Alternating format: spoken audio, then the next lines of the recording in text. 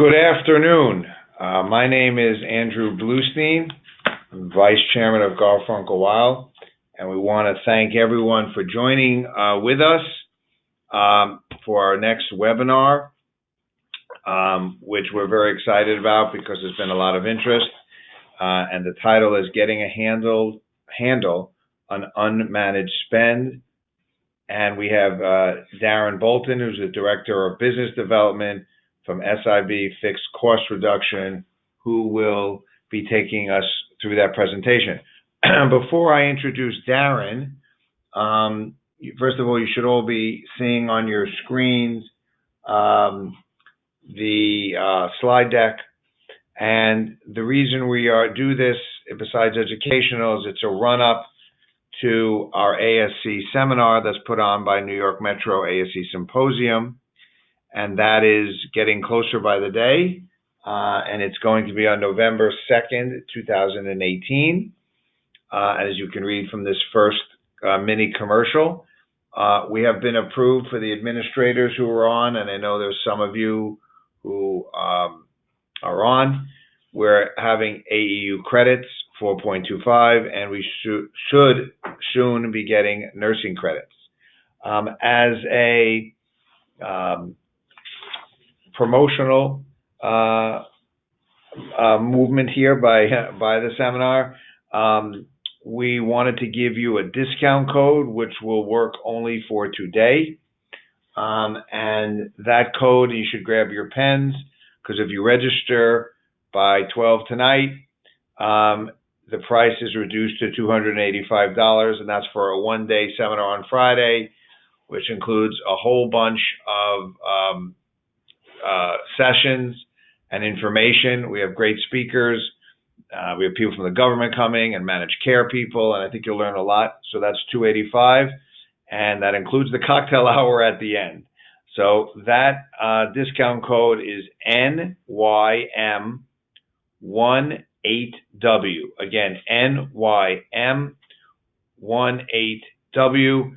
So hopefully we'll see a lot of you at the symposium on November 2nd. That's taking place in the center of Manhattan. And if you can get on that website, NewYorkMetroASC.com, you can see the agenda and all the information. But I will tell you that we are filling up at a rapid rate. So last year we had to close some people out. So hopefully the people on this will not get closed out. Okay. So with that, we will advance to the next slide, and I will introduce Darren Bolton, who's the Director of Business Development at SIB Fixed Cost Reduction. I've spoken to Darren and been impressed by, I think, what you're going to hear is that for a lot of industries, including surgery centers, they have analyzed billions of dollars worth of spend and reduced costs for many clients of theirs. And just to give a tease, but you'll see this on their website, they do not charge unless they find savings. So if you're an ASC and money matters, and I've yet to meet an ASC where money does not matter, hopefully you'll find this presentation interesting and think about using SIB's services. So now, Darren, let us take a peek behind the curtain and explain to us how you do your magic. Great. Well, thanks for the introduction, Andrew, and thank you, everybody, for listening in today. We're excited to be here. When we get right into it, so who is this guy? Why am I speaking with you today? So as Andrew mentioned, I'm the Director of Business Development for SIB Fixed Cost Reduction. I live and work in New York City, and we'll be there on November 2nd. So hopefully we'll see a lot of you there in person.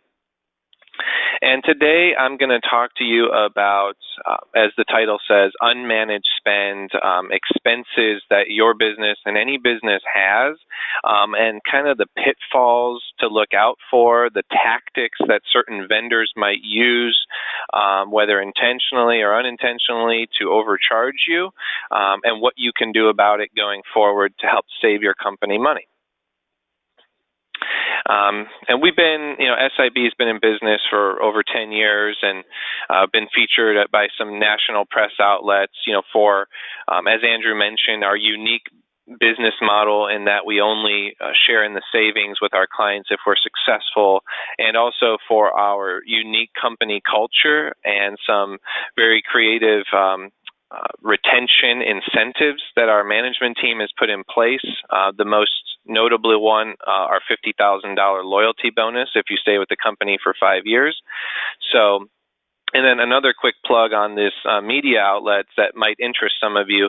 Our CEO, Dan Schneider, is a regular contributor to Forbes online. And if you go to our company LinkedIn page, you can see some of his recent articles which feature homages to Top Gun, the movie, as well as embracing employees to fail and learn from that. So without further ado, we'll dig into the meat and potatoes here. Talking to you about opportunities that we see across different industries. And to give you a sense of what those industries are, so we work with companies not just in the healthcare or surgery center space, but also with retailers, grocers, education, banks, multifamily housing, hotel, a lot of senior living properties, as well as restaurant groups. And at first glance, you might think that these are all very different industries with different needs. But at the end of the day, what we find is a phone bill is a phone bill, a trash bill is a trash bill. And those are the type of expenses that SIB helps save our clients money on. Utilities, medical waste, document storage, payroll service, bank fees, maintenance contracts, phone and internet service, solid waste removal. These are all things that every business has. And in some ways, on this webinar, I want to challenge maybe your way of thinking in that, when we sit down with prospective clients, one of the first things they like to think is that their business is unique and special, which of course it is. We all are, but not to the degree of these expenses. You're going to be using the same vendors as maybe the Burger King or the Marriott or the nursing home or college down the street when it comes to these expenses. So just keep that in mind as some of the takeaways from today's webinar, that we share these stories and case studies that they can apply to your business just as much as any of these others. So I want to start with a story about 4 people named everybody, somebody, anybody, and nobody. There was an important job to be done, and everybody was sure that somebody would do it. Anybody could have done it, but nobody did it. Somebody got angry about that because it was everybody's job. Everybody thought anybody could do it, but nobody realized that everybody wouldn't do it. It ended up that everybody blamed somebody when nobody did what anybody could have. So kind of a cheeky anecdote about what we call the bystander effect, lack of departmental communication that we see. And a couple examples, this might be where somebody from your company negotiates a new contract with a vendor, signs it, savings are there, everybody cheers and pats themselves on the back, but then that doesn't get communicated to the AP department. And so when the new bills come out the next month and the vendor charged the old rate, but nobody told AP about the change that was supposed to happen, so they continue paying the old rate, or maybe you see an extra dumpster in your parking lot that's been there for months because you did a renovation, and everybody just walks by it every day, but nobody stops to think, hey, do we still need that construction dumpster here? Is that a cost that the business needs?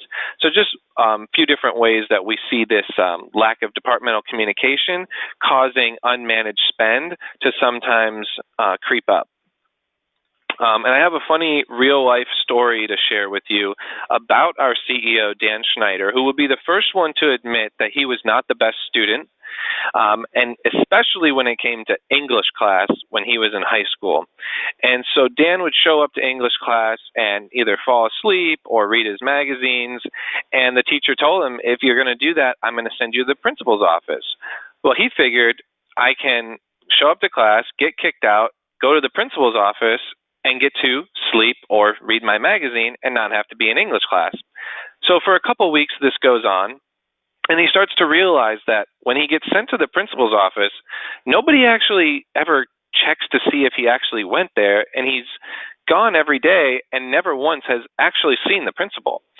So then for a couple more weeks, he gets kicked out of class, and instead of going to the principal's office, he just walks around or leaves and goes and grabs lunch.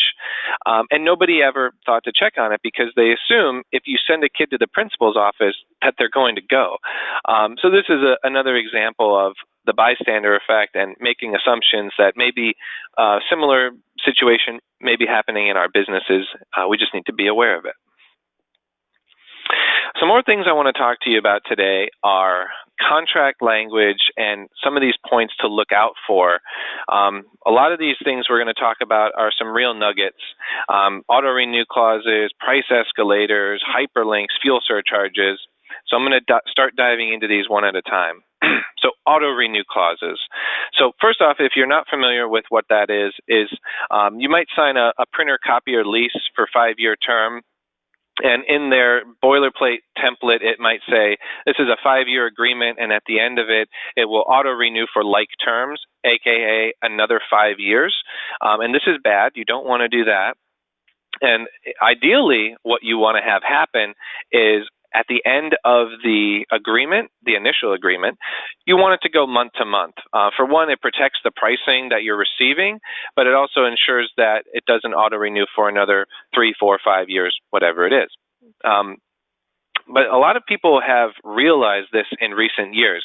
Another name for this is evergreen clauses, and it's come to a lot of people's attention that these are bad. Probably you may have even been burned on something like this in your personal life or business life in the past. So what most people do now is the first thing they'll go to the agreement and take out that auto-renew clause. Well, that's great, but there are some drawbacks to doing that, which is why you should have it say that it goes month to month after the initial term, because what we've seen happen is the agreement will end, and if you have dozens of these services and contracts ending at different times, chances are you're not going to know when that exact contract is going to end, and the vendor surely isn't going to reach out and give you notice, believe me. So what happens is the contract term ends, and then there are no price controls in place, and the vendor will raise the prices to whatever they see fit as long as they can get away with it until it catches your attention. So just be careful with auto-renew clauses. Yes, they're bad, but you also want to make sure that you're protected and having price controls in place. Signatures at the senior level. This is a big one we see where you should have a company policy in place as to who can actually sign agreements with vendors. We've seen some tactics where vendors will show up on site. Maybe for some of your businesses, this could be medical supplies or office supplies or similar, where the driver shows up and has the office manager sign off on something to increase the order. And little did they know, they just signed a new agreement and they're locked into a contract now. We've also seen where they call later in the shifts or try and get a hold of lower level employees on a recorded line and get them to sign up for new agreements or locked into contracts that way. So another thing to look out for and make sure you have company policies in place, but also going back to the communication effect is making sure those policies get communicated to everybody in the organization.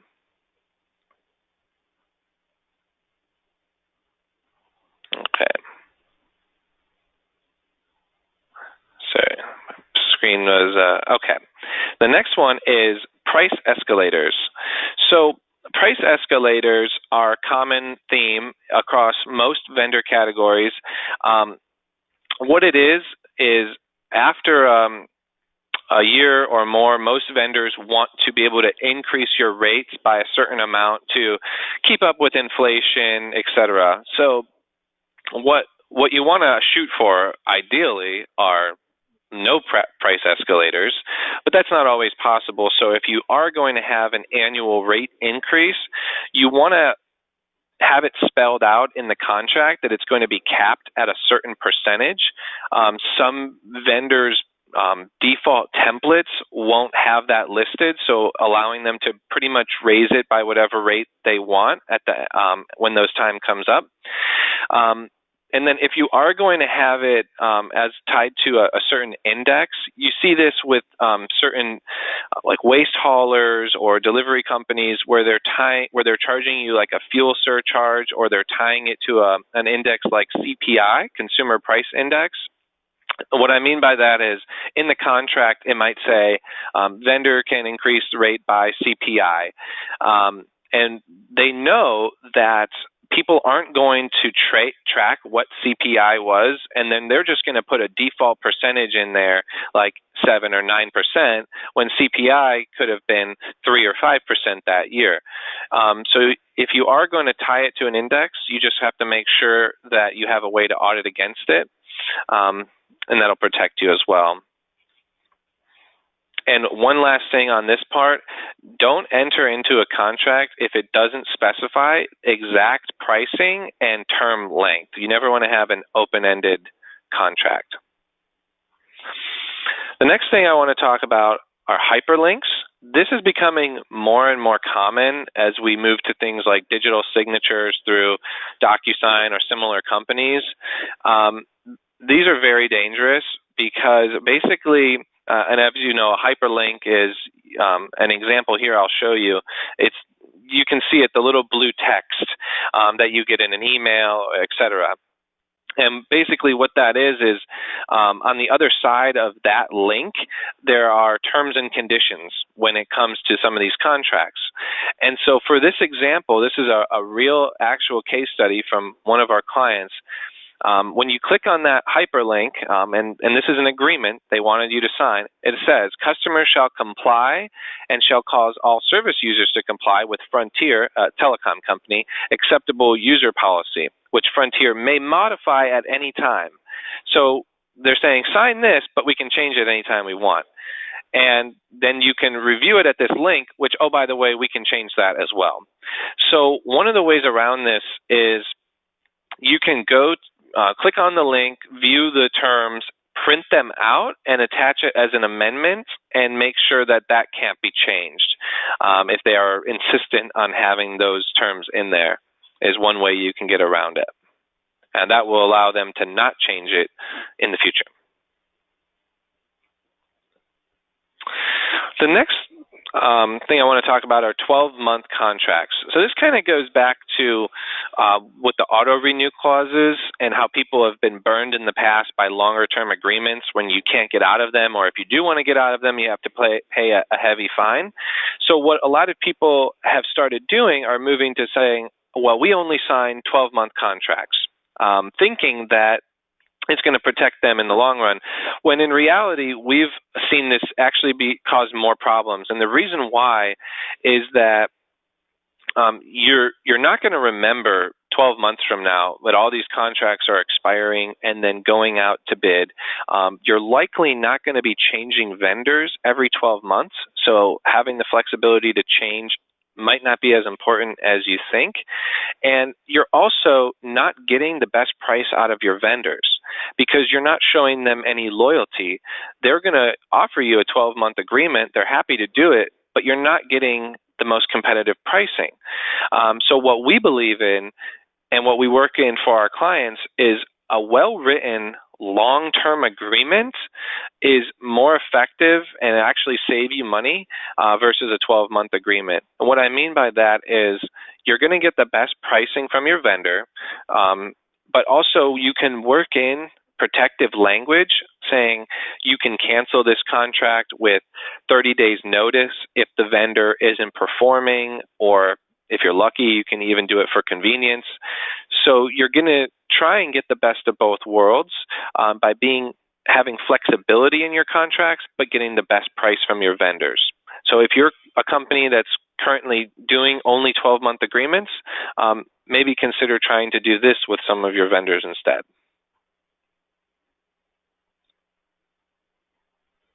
Fuel charges are similar to price increases. Again, some vendors that you might see fuel surcharges on are waste removal companies, armored car companies, basically anybody that has a truck, linen laundry companies like Cintas and Aramark, etc. And so what they're doing is charging you for quote-unquote fuel charges. Sometimes these are fluff fees that sometimes they're legitimate, sometimes they're not, and it's how the vendors make their margin. In fact, there was a recent class action settlement about, against Cisco, the food delivery company. They were overcharging on the fuel surcharges to their customers for years, and there was a class action settlement brought against them. So don't assume that just because it looks like an important fee that's passed through to you that it's necessarily legitimate. So ideally, you would remove fuel charges altogether. But if you can't do that, then you want to definitely cap them at a certain amount and make sure that they're, again, tied to an index. For fuel charges, that index is typically EIA, which is the Energy Information Administration. So on that company, the EIA, they post what the rates should be, so you can always go back and cross-check. So another thing to look out for on your bills are fuel charges. I want to talk to you about a quick case study here, this kind of going back to the bystander effect. So we were sitting down with one of our clients, big box retail company, in a management meeting, and one of the executives was talking about how they were visiting one of the manufacturing sites, the warehouse sites, and there was a dumpster out back, and there was an employee who was spending the whole day breaking down pallets and throwing them in the dumpster. And this executive was telling his colleagues how ridiculous it was and laughing about it, that they were paying an employee to haul pallets when somebody would come and pick those up for free. But not only that they're then paying to have it hauled to the landfill and paying a lot to the waste company. And so when we were in this meeting, we kind of, as we're wont to do with our challenging perspective, we called the executive out and said, well, did you say anything to the staff on site? And he said, no, he didn't. So here was an example of a high-ranking executive within a large company who saw a problem, knew that they were wasting money, and didn't say anything. So again, just going back to figuring out ways that might be happening in your business and making sure we don't just assume that it's somebody else's job to fix the problem. Printer case study here. So this is a good one. Pretty much every business uses printer, copier machine, whether you lease it or own it. Here's a case study of some things to look out for with these contracts. So the standard terms for a printer copier lease might look something like this. The dealer has the right to increase the monthly payment on each anniversary date, not to exceed 15%. In other words, every year they're going to increase the rate 15%. And if it says not to exceed 15%, it's not going to be less than 15%. So what we come in and negotiate are capping that at a much lower rate, 3% per year. And first of all, having a rate increase on a printer and copier lease is ridiculous in the first place, because a lease is a financial instrument similar to a car lease. You have a fixed monthly payment for the term of that lease. It doesn't increase every year.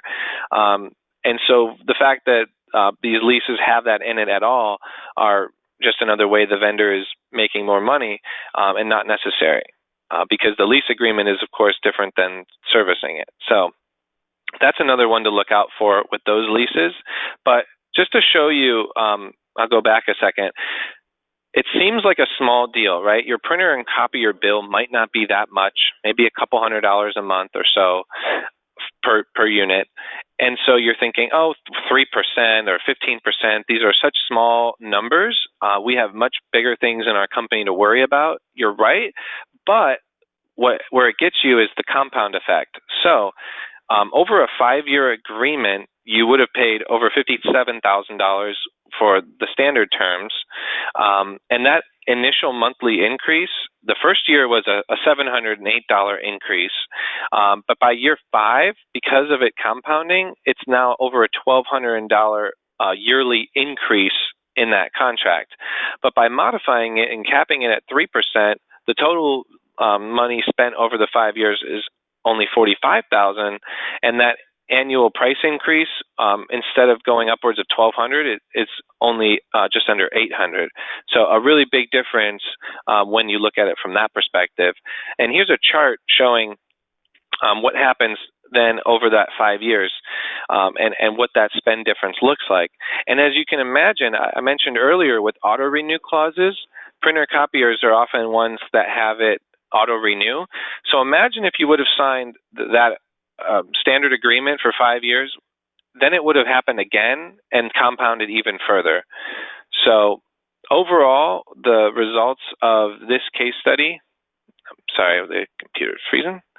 So overall, the results here were $12,000 of savings over the 5-year term, 21% savings. And then the new contract, again, instead of it auto-renewing for the 5 years, went month to month, which allowed the client to look at other vendors or potentially even upgrade the equipment, giving you much more leverage. Another case study that a lot of you may be familiar with are with offsite record storage, the predominant vendor here being Iron Mountain. So some things to look out for here are record retention policies, making sure you have one in place. What I mean by that is, you're only required to store certain documents a certain number of years, 7 to 10 years, depending. But we see a lot of times you put something in storage and then it gets forgotten about, and then making sure that you do an annual checkup or however much to go back and check the age of your inventory in storage. Another thing to look out for are the hostage fees that these companies charge. So they charge you a monthly fee to store the inventory, and then if you want to pull it out or destroy it, they're going to charge you another fee. So what most people do is you go through your record retention policy, you find out, there are, $10,000 we're paying in annual storage fees, but we can, destroy those documents. We no longer need them, but only to find out that it's going to cost us $50,000 one time to do that destruction. And so what most people do is, you of course didn't budget for that. So it's easier to just keep paying the low monthly fee to store the documents than to simply destroy them. It's a tactic that the vendors use in order to maintain that fee. So what we've been successful in negotiating those fees either out entirely for our clients or at least reduced, so that in the long run you can destroy unnecessary documents or pull them out of storage and not have to keep paying for them.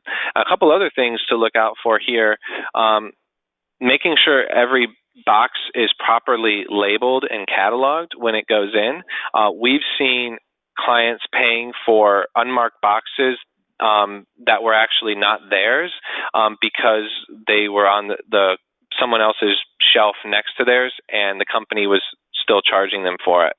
And we also, going back to the compliance and auditing your inventory and storage, and with labeling the boxes, we've seen for a really big healthcare company paying for Christmas decorations that have been stored for years. It's cheaper to just throw them out and buy new ones every year.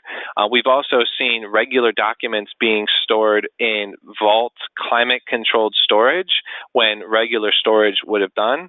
And one final thing to look out for with these is that The vendor will sometimes try and charge more per cubic foot if it's in a tube versus in a box, even though it's the same cubic foot. So just little things to look out for when it comes to record storage. Which, by the way, you can go in if you call them out on that, you can get it reduced. Lab fees is another one where we see a lot of savings opportunity. And this is where knowing what companies across industry are paying really comes in handy. We've seen where it's the same lab charging facilities located in the same area different prices for that same service. And high volume labs we found are typically overpriced because the less common tests are overlooked due to not having the familiarity with how much it should cost for that service. We've also seen price creep be a big issue with lab services. What I mean by that is if there is employee turnover within the organization, the rates will keep going up, up, and up. And as the turnover happens, the new person is inheriting those prices, potentially not having a sense of what the baseline should have been and what it started at years ago. So we've seen increases upwards of 70% reduction in spend of these services, checking it back down to the baseline. So definitely something to look out for when it comes to lab fees. Now for everyone's favorite topic, medical waste and Stericycle.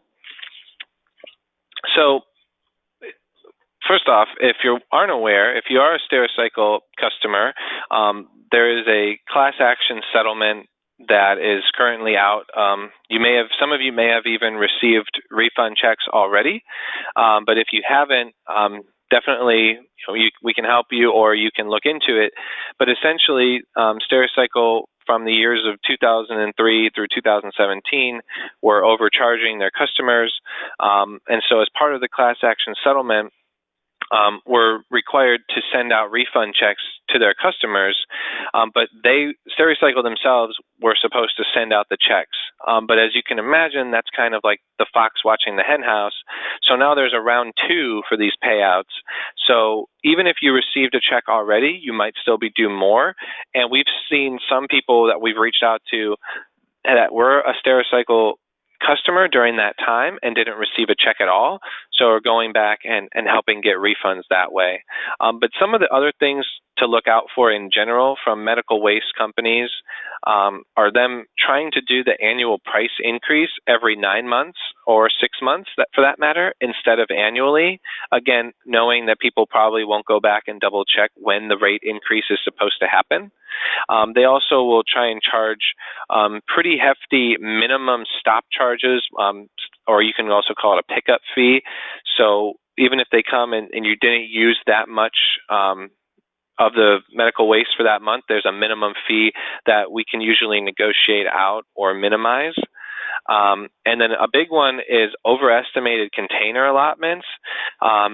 This happens to pretty much all of our clients where in your agreement with Stericycle, you're paying for a certain number of containers, but in reality, when we go back and check the actual usage, it's far less than that. And we've seen reductions nearing 100% reduction in spend for medical waste because of how drastic they creep the price up and over a lot for containers that aren't used. So that's definitely a big one to look out for savings opportunity. And then going back to class actions, this is another area, whether it's the Stericycle class action, there's also lithium-ion batteries going on right now. So there's always different class action settlements coming into the market. It's one of the ways that we help our clients save money. And they're great because you're not pursuing an active lawsuit. There's money already on the table. And so if you qualify, it's a great way to bring refund checks back in the door. A few others from recent years that you may have taken part of are LCD computer screens. Again, Cisco Foods was another one. A funny one that from a couple years ago was potato farmers in Idaho were price fixing, and there was a class action settlement, as well as memory foam mattresses for hotels. So a lot of different opportunities there. And some of the most outrageous billing errors, I just want to share a couple of these with you as more stories and things to look out for. And before I dig into any of these specific examples, one important part to point out is for most of these examples, it's the type of thing where most companies we sit down with say, well, that doesn't happen to me. We have our costs under control. Just know that every company, big or small, says that, but we still go in and uncover these billing errors, and it's no fault of the customer, but it's just things slip through the cracks. For example, number 6, a hotel in Hawaii was tricked by a medical waste vendor into thinking that certain waste had to be disposed of as medical waste and removed by private plane, but it could have been thrown away as regular garbage. Grocery store being billed for new towels each week instead of being billed for the towels that were just being washed, so a much higher price. So that ties in with another vendor you may use, again, the linen and laundry vendors for uniforms, linen service, floor mats, anything of that nature. So a few examples there. The big one here, though, is number 9. The phone company was charging a healthcare group for a specialty phone line directly to the police station that they were required to have a direct line to the police station because of the type of healthcare company they were. But the problem was that police station had been closed for 20 years. So we got them a sizable refund because the phone company was in error there. A couple other quick areas before we turn to questions. I want to talk to you a couple more categories specifically.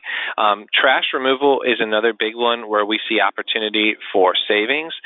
So things you can look out for on those bills are, yes, billing errors and the vendor overcharging you above what your neighbors might be paying, but also being overserviced is a big issue, meaning the dumpster is half full or less every time it's getting picked up. So you can look into optimizing your pickup frequency that way. One of the ways SIB does it is to pull weight reports from the landfill, cross-referencing it with the weight that the hauler says they picked up versus actually dropped off.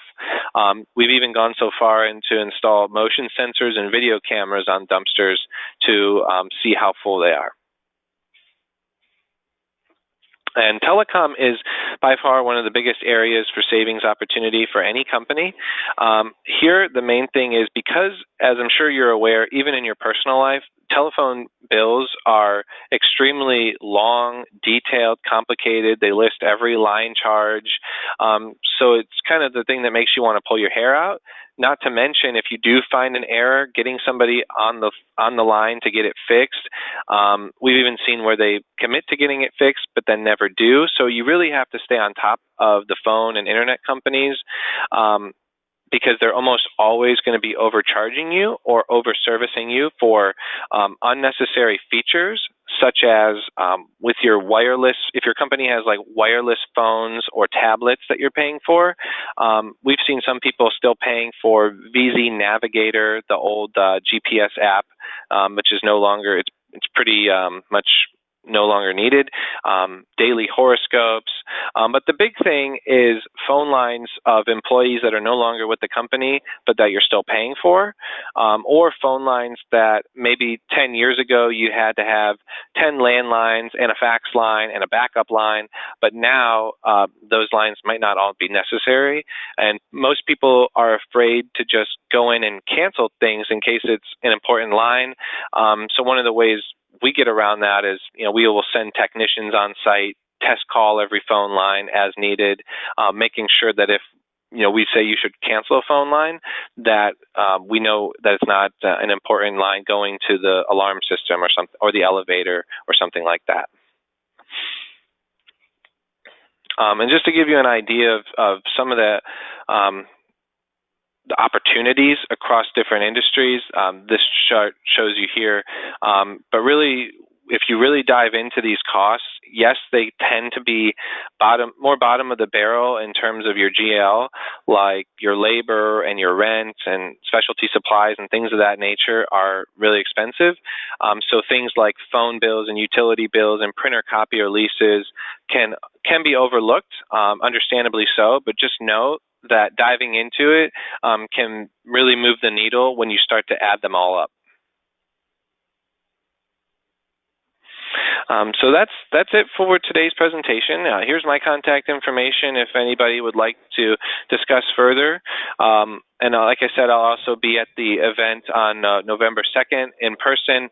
If anybody wants to set aside a time to get together, be happy to do that. Thank you. Right. Okay. Thank you, Brian. Also, I should have said this at the outset. We're going to have some questions now. One of the questions that I got was somebody said they didn't have a chance to get the code, the discount code for the seminar. So let me give that to you again. It's NYM18W, NYM18W, and that's good for the day, which will lower it for $285. Okay. Second question, Brian. What if we're part of a GPO, a group purchasing organization? How is this affected?